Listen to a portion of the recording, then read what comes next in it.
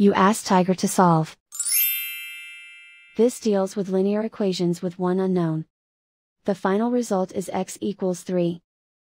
Let's solve it step by step. Simplify the expression. Expand the parentheses. Simplify the arithmetic. Group like terms. Combine like terms. Group all constants on the right side of the equation. Subtract 6 from both sides. Simplify the arithmetic.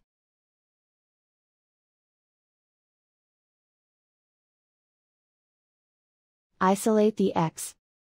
Divide both sides by 5. Simplify the fraction.